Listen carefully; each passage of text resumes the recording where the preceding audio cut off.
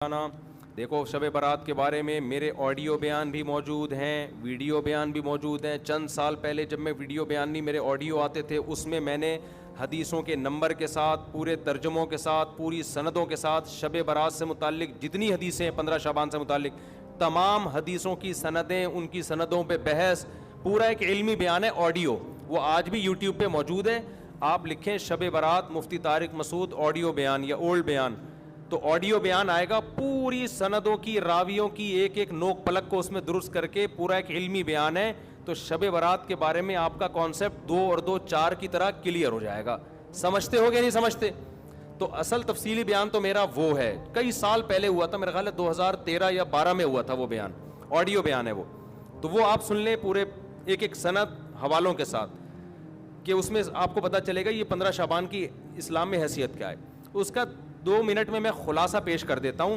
پہلی بات، قبرستان جانا کسی صحیح حدیث سے ثابت نہیں ہے، ایک روایت ہے، اس سند کے لحاظ سے انتہائی کمزور، اور اگر مان لیا جائے تو زندگی میں ایک دفعہ، ہمارے ہاں ہر سال جایا جاتا ہے، اور وہ بھی نبی چپکے سے گئے، ہمارے ہاں جتھوں کی شکل میں جایا جاتا ہے، تو یہ ساری بدعات ہیں۔ سمجھ میں آ رہی ہے بات؟ ایک تو وہ حدیث انتہائی کمزور ہے سند کے لحاظ سے، اس سے شرعی مسئلہ ثابت نہیں ہوتا، لہذا ہماری رائے یہی ہے کہ 15 شعبان کو قبرستان ثواب سمجھ کے جانا بدعت عمل ہے، اور ثواب سمجھے بغیر جانا بدعت کی تائید ہے، تو نہ جائیں قبرستان۔ سمجھتے ہو؟ نہیں آ رہی بھائی، ان کو رہنے دو۔ تو 15 شعبان کو آپ کو قبرستان جانے کی ضرورت نہیں ہے۔ کوئی بولے یہ مفتی صاحب نیا دین لیا ہے، نیا دین نہیں بھائی، جتنے بھی 1400 سال سے جو بدعت سے پاک دین ہے وہ یہی ہے۔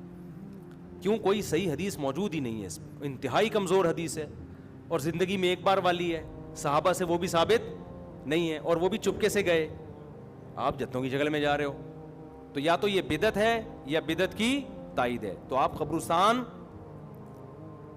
پھر چپ ہو جاتے ہیں، یار نہیں جاؤ، یار کسی اور دن چلے جاؤ قبرستان۔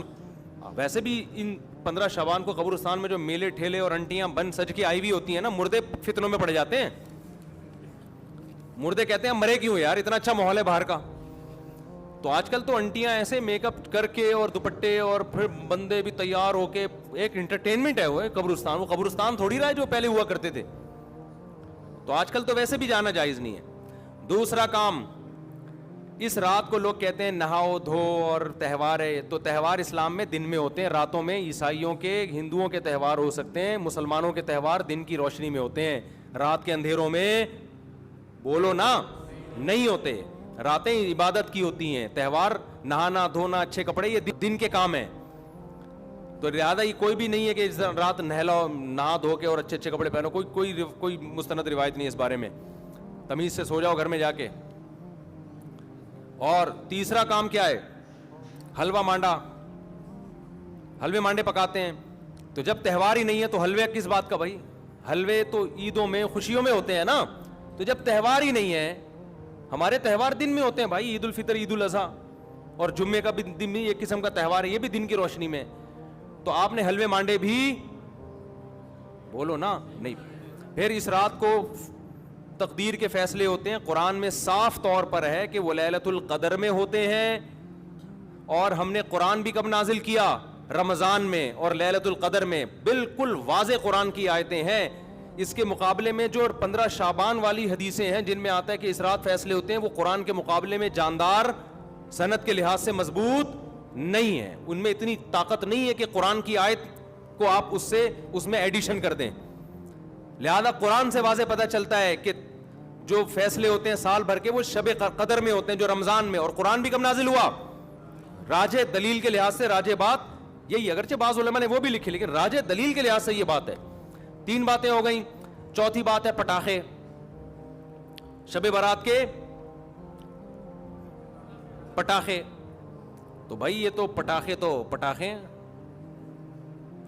یہ بھی جائز نہیں ہے۔ آپ کیوں ایک رات کو ایک عبادت کا عنصر دے کے اس میں پٹاخے پھوڑ رہے ہیں؟ لوگوں کی نیندیں خراب ہوتی ہیں، ہارٹ پیشنٹ پریشان ہو جاتے ہیں، بہت بڑے آگ لگ جاتی ہے بعض دفعہ، یہ عمل بھی حرام ہے، ناجائز ہے۔ اور کیا ہوتا ہے شب برات میں؟ جلدی بتاؤ، عبادت پہ آ رہا ہوں۔ دن کا روزہ 15 شعبان کا، وہ بھی کسی صحیح حدیث سے ثابت۔ میں نے ایک دفعہ کسی نے کہا محرم کے فضائل پہ بیان کریں، بہت دفعہ مجھے اصرار کیا 1 گھنٹے کا بیان اور محرم. میں نے بہت جب میرا تنگ کیا تو میں نے بیان کیا. میں نے کہا نبی صلی اللہ علیہ وسلم نے فرمایا, حدیث کا مفہوم ہے, یہ اشہر حرم ہے, محترم مہینہ ہے, 4 محترم مہینوں میں 1 محرم بھی ہے, اور 10 محرم کا روزہ. آپ صلی اللہ علیہ وسلم نے اس کی جو بھی حدیث میں فضیلت بیان کی. میں نے کہا وما علینا الا البلاغ. لوگوں نے کہا بھائی کیا بیان کہا؟ میں نے کہا بھائی اتنا ہی ہے. صحیح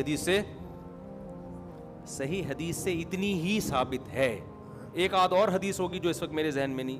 اس سے زیادہ میں نے کہا 1 گھنٹے کا بیان ہو نہیں سکتا, کوئی ہے ہی نہیں.